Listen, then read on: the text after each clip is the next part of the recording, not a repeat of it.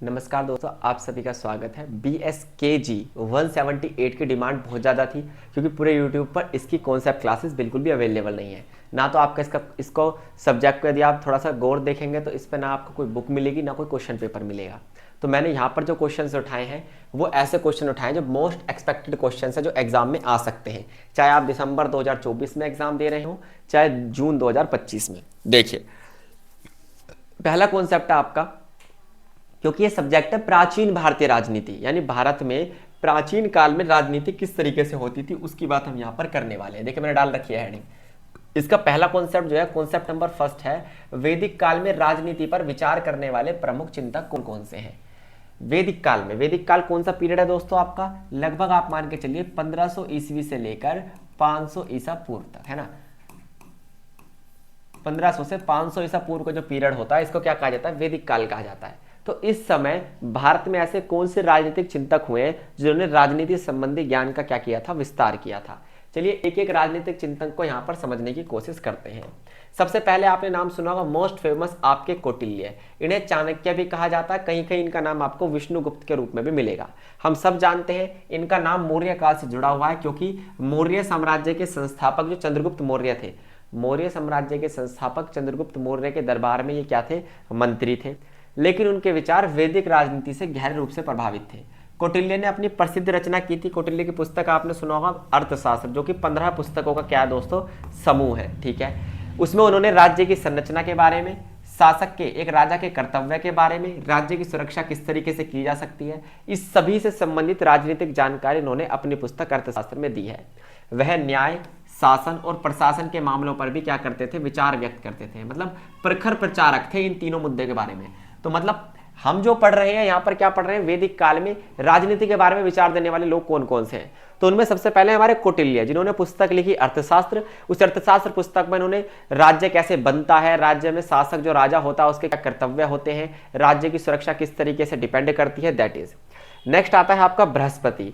बृहस्पति की बात करें तो वेदों के एक प्रसिद्ध आचार्य है ना दोस्तों, वेदों के क्या रहे, एक प्रसिद्ध आचार्य रहे हैं जिन्हें राजनीति, युद्ध नीति और राज्य संचालन पर क्या था दोस्तों, विचार करने वाले पहले चिंतकों में से एक माना जाता है। यानी ये भी आप कहेंगे कौटिल्य चाणक्य की तरह ही बृहस्पति भी वेदों का बहुत ज्यादा गहन आप कह सकते हैं अध्ययन किया करते थे। इन्हें भी राजनीति, युद्ध नीति और राज्य संचालन की बहुत ज्यादा क्या थी, नॉलेज थी। वेदों में समाहित जितनी भी आप कह सकते हैं नैतिकता और नीति थी, उन सभी के बारे में इन्होंने अपने विचार क्या किए दोस्तों, व्यक्त किए हैं। आप कहेंगे बिल्कुल सर, यहां तक बात समझ में आई या नहीं आई। चलिए, तो दोनों बात क्लियर है, आगे चलिए। नेक्स्ट है मनु। आपको पता है महामुनि मनु जो थे, इन्होंने एक प्रसिद्ध पुस्तक लिखी थी जो कि राजनीतिक और सामाजिक संरचना के बारे में जानकारी देते हैं, जिसका नाम है मनुस्मृति। इसका संकलन 200 ईसा पूर्व से लेकर 200 ईस्वी के बीच किया गया था। इसमें उस समय के समाज की सामाजिक, धार्मिक और कानूनी पहलुओं पर क्या की गई थी, चर्चा की गई थी। इसके अंदर राज्य संचालन पर भी क्या किया गया था, आप देखेंगे तो नियम तय किए गए थे, इसलिए यह भी राजनीतिक पुस्तक बन जाती है। इस ग्रंथ में राजा के कर्तव्य, इसके अलावा राजा के साथ साथ प्रजा के अधिकार और उस समय की राजनीतिक व्यवस्था के बारे में जानकारी दी हुई थी। और हम पढ़ ही क्या रहे हैं, हम प्राचीन भारतीय राजनीति पढ़ रहे हैं, जिसमें हमने कौटिल्य की पुस्तक, बृहस्पति जो आप कह सकते हैं विद्वान है, उनकी रचनाएं और साथ साथ मनुस्मृति का योगदान समझ रहे हैं। फिर आते हैं आपके याज्ञवल्क्य। याज्ञवल्क्य ने वेदों में दर्शन, नीति और राजनीति से संबंधित कई विचार प्रस्तुत इन्होंने किए थे। उनका मानना था कि राजा को न केवल अपने धर्म का पालन करना चाहिए, साथ साथ उसे प्रजा की भलाई के लिए भी न्यायपूर्ण प्रशासन चलाना चाहिए। ये किसके विचार थे, याज्ञवल्क्य के, ठीक है। इसके बाद आते हैं विदुर। विदुर का संबंध आपको पता है महाभारत काल से है, ठीक है। विदुर नीति का महत्व राज्य संचालन में था। उन्हें प्रजा के प्रति राजाओं के कर्तव्य और उनके द्वारा किए जाने वाले उचित अनुचित कार्यों पर क्या थे, गहरे विचार उन्होंने प्रस्तुत किए थे। अब विदुर की यदि बात करें तो आपको पता है कुरु राष्ट्र में, महाभारत काल में कुरु राष्ट्र में आप कह सकते हैं मंत्री थे, कौन, आपके विदुर। इन्हें भी राजनीति का और राज्य संचालन का बहुत ही गहरा अनुभव और गहरा आप कह सकते हैं ज्ञान प्राप्त था।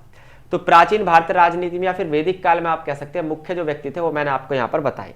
नेक्स्ट कॉन्सेप्ट की तरफ यदि हम बढ़े तो नेक्स्ट है सभा पंचकुल क्या होते थे, प्राचीन ग्रामीण व्यवस्था कैसी चलती थी प्राचीन भारतीय राजनीति में। नेक्स्ट कॉन्सेप्ट समझ में आया, देखिए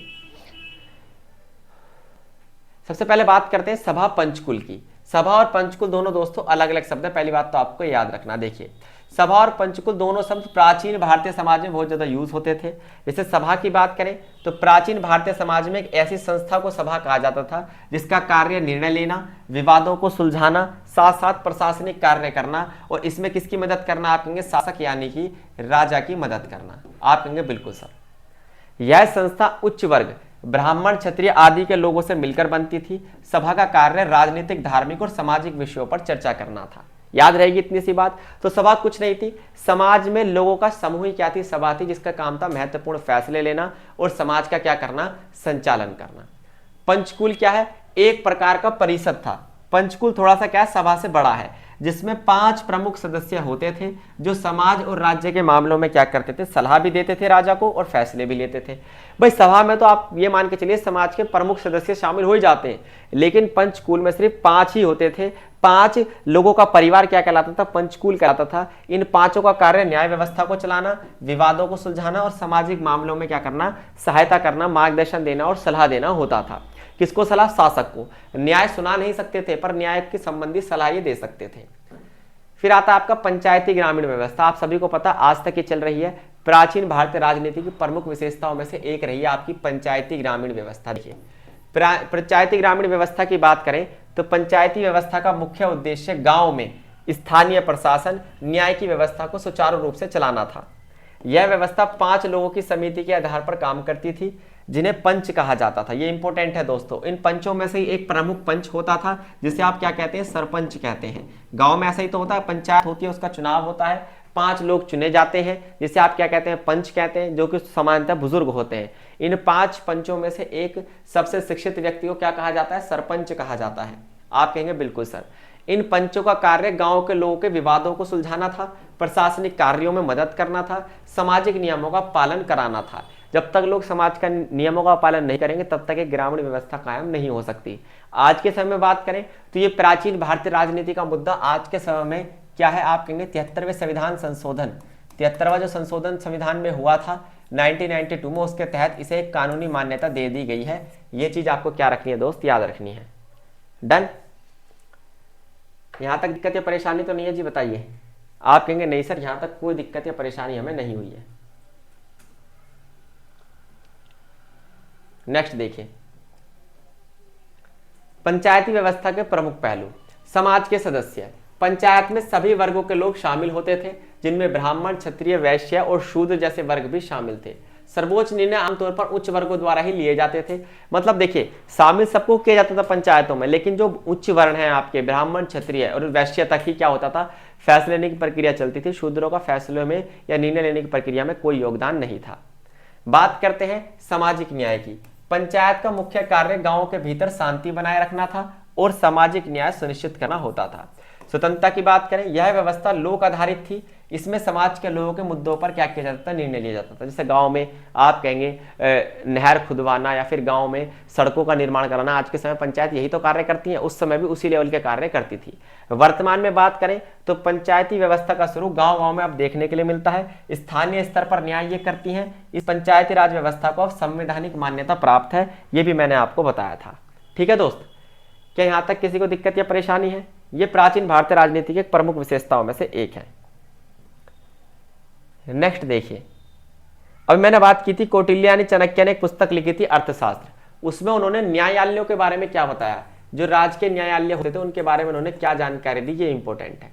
इस ग्रंथ में न्यायालयों का उद्देश्य न केवल विवादों का समाधान करना था बल्कि सामाजिक व्यवस्था को और कानूनों को लागू करना भी था।